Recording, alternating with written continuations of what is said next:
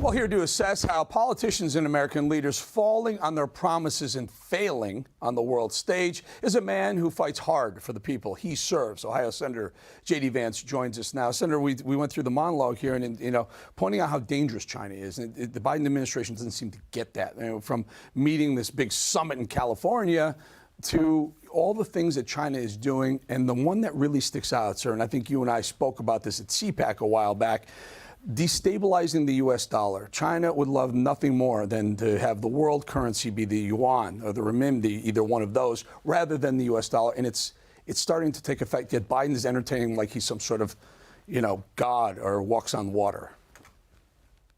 Well, Eric, that's exactly right. I mean, look, Joe Biden has done more than any other president, maybe in our history, to inflate the U.S. dollar, to basically destroy its value. That's why it's so expensive for American families. That's why most young Americans can't afford to buy a home right now, is because Joe Biden has made the dollar worthless. Of course, this does play right into the hands of the communist Chinese. And the other thing that Joe Biden has done, Eric, is that he's really went to war on American energy. One of the great policy achievements of the Trump administration was to bring back American manufacturing, to recognize that we have to make more of our own stuff. We have to make it right here in our country with American workers. Well, you can't make anything, Eric, if you go to war against American energy. It's expensive to make things. It's expensive to build things. It's expensive to manufacture steel. And it's more expensive if you make it impossible to get American energy out of the ground and actually refine it, turn it into useful products. So this is a guy who, with the one hand, says that we have to bring back American jobs, we have to support the working man.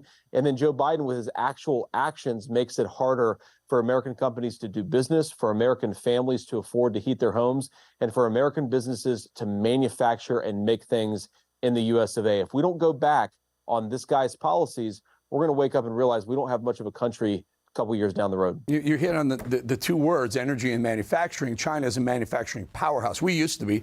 They took it from us. They were smart, but they don't have energy. That's the one thing they don't have that we do have. Instead of embracing that, the Biden administration is telling us not to drill our own energy. Let's go buy it from Saudi Arabia. Meanwhile, China needs it so badly. They're cutting deals with countries like Iran and Russia.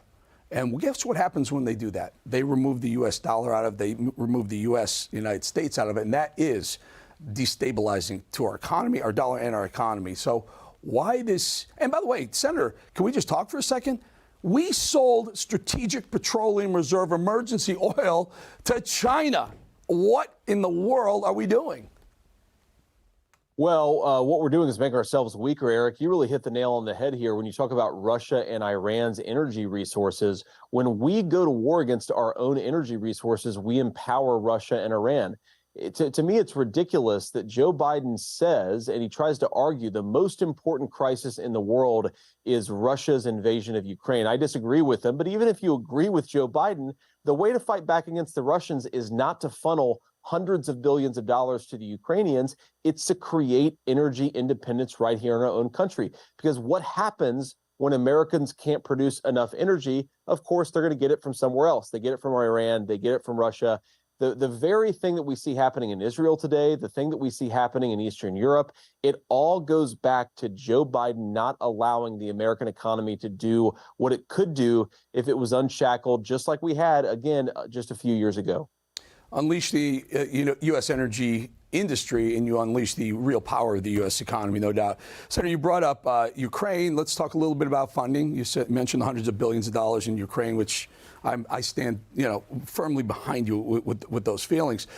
Mike Johnson, the new Speaker of the House, put together a package. He got a continuing resolution through that had Israeli funding tied to the border. So let's walk through what happened. It gets sent to the Senate, and the Senate, held by Democrats, votes Israeli funding down because it's tied to the border, and no Ukraine funding. Chuck Schumer was up in arms. He was waving his arms all over the place in D.C. at the Stand With Israel event, yet voted it down. Thoughts? Eric, it's the craziest thing. You have Democrats say that they stand with our ally Israel, and yet they pursue two separate policies that are completely inconsistent with it. First of all, they want to shovel tens of billions of dollars to the Iranians. You have Joe Biden talking today, in fact, about releasing another $10 billion in aid in locked up foreign reserves that would go to the Iranians. Well, we know they're going to use that to fund Hamas terrorist attacks. And at the same time, the Democrats will refuse to actually support the Speaker of the House's package that would fund the state of Israel. Now, here's the crazy thing is, it's not just the border, it's also the IRS. The Democrats are addicted to having IRS agents harass middle-class Americans. And so we said, look, we want to support our Israeli friends. We also don't want to spend money that we don't have. So let's lop off $14 billion from the IRS budget and use that to support Israel in its war against Hamas. Well, the Democrats refuse to do that. On a party line vote, they refuse to say that we should cut out some money from the IRS budget. What signal does that send, not just to our Israeli allies, but to hardworking American taxpayers who now are going to have thousands more IRS agents go after them because the Democrats refused a very common sense compromise. Look, we recognize on our side, we don't control the Senate. We don't control the White House. You've got to do some things with the other side to get anything done. The Democrats refused, even on the very common sense bipartisan measure, to cut some money out of the IRS budget. Ridiculous what these guys' priorities are.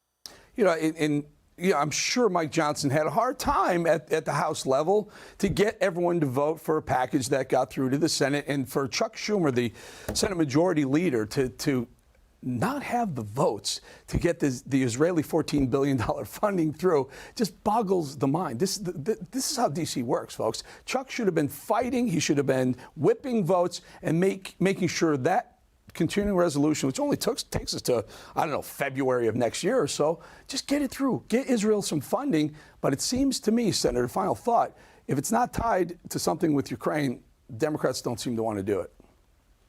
Very, very good point, Eric. This is really the rub of the matter. These guys are obsessed with Ukraine. They would be willing to shut down the American federal government, not pay our troops if they were able to use it as leverage to get another $60 billion for Ukraine.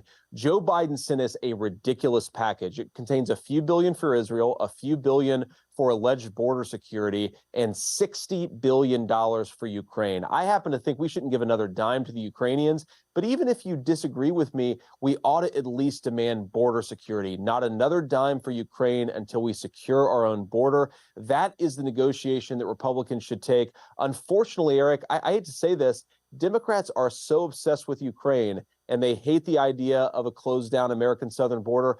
I don't know that they would take that deal, but we ought at least try to force it on them and force them to try to defend it in next year's elections. If they care so much about Ukraine, they might as well give us some border security in exchange. We'll see if they take that deal. Pick up 3 or 4 Senate seats. Senator J.D. Vance, appreciate you. Appreciate your time, sir. Thank you.